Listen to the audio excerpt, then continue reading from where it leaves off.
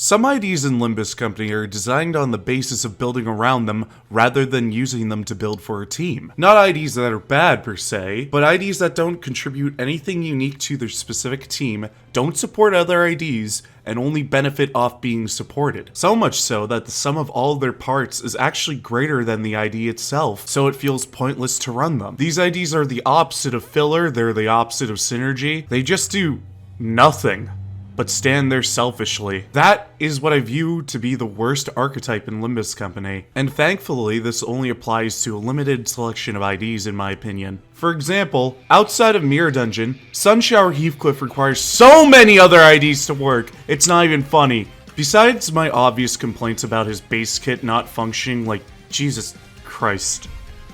Sometimes it feels like they just threw darts at the board and saw what fit. A kit's so bad that he doesn't support his team, or himself for that matter, that again, requires so much IDs to even be functionally usable. One of those IDs was released this season too! Lamp Gregor is actively some of the best support that this ID has received. Guardians of the Forest actually makes this ID semi-usable. But at the same time, why not just run better IDs with this ID? Sure, if you're challenging yourself, that's fine. But bruh, there's even a better sinking Heathcliff for Heathcliff, and it's the capstone! I'm sorry, but further support of this ID makes me physically cringe. I won't say it isn't creative. Finding other uses for the IDs to support actual dog shit is pretty cool. There's good in practically every Limbus ID, but I just think it's not found here. Sunshower Heathcliff has to be one of the most selfish IDs in the game. He provides no team support, no support to himself for that matter, and actively requires you to babysit him rather than just use him as an ID. I'm sorry if it seems like I have a bit of vitriol, but I want you to understand that people on my streams made me fucking shard this ID, and I'm very pissed. It's not like he's useless, but calling him usable is equally as hard as calling him useless. I don't get why people call him Potential Man. There is no potential. There's only man. Okay, I'm done. Now listen to me. I'm going to say something controversial. I think Sloshmael is a far better ID. Not by much, but a better ID. In aspects of team building, she's very weird. She has a focus on getting clash loses to inflict status effects to enemies. And despite needing some support, I don't think this ID is selfish for doing this. In fact, it's an okay slot in for a tanky ID to take aggro and inflict some status. Said status not being really good ever, but at least in taking aggro, she somewhat functions to support her team. That's why I don't think as an ID, she's an example of a selfish ID. An ID can be bad, but not selfish. And an ID can be good, but also selfish. I would say an example of an ID that's good but selfish from this season, but I don't want to piss people off. Now, these descriptors of IDs being selfish might lead you to believe I might be talking about Capstone Arayashu. I want to clear the air and tell you right now, no, she's not selfish.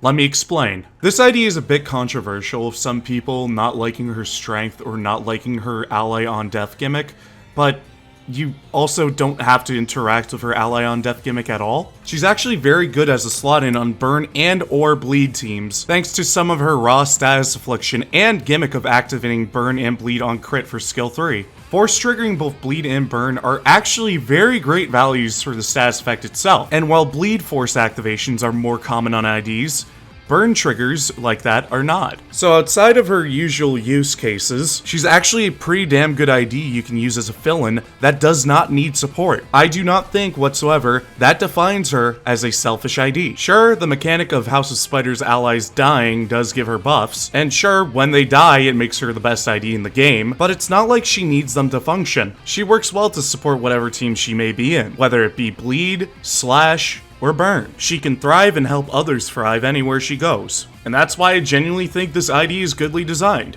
She has a fallback if you don't want to interact with her gimmicks. So no, she absolutely is not selfish whatsoever.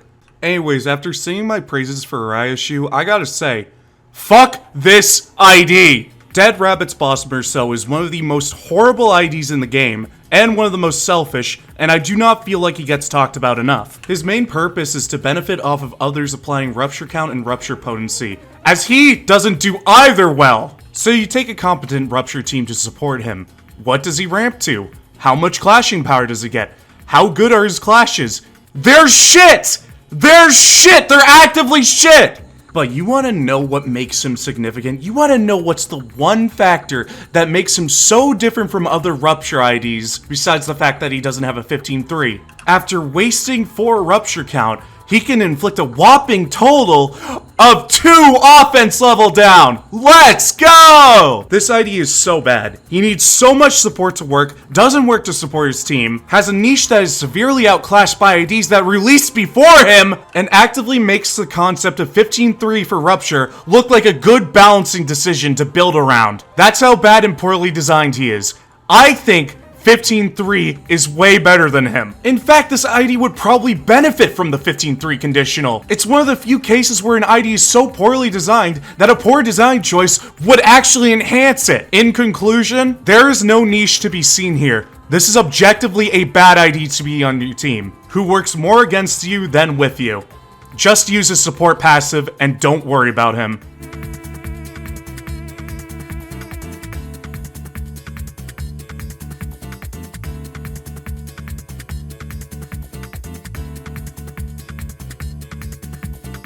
Never, never, never.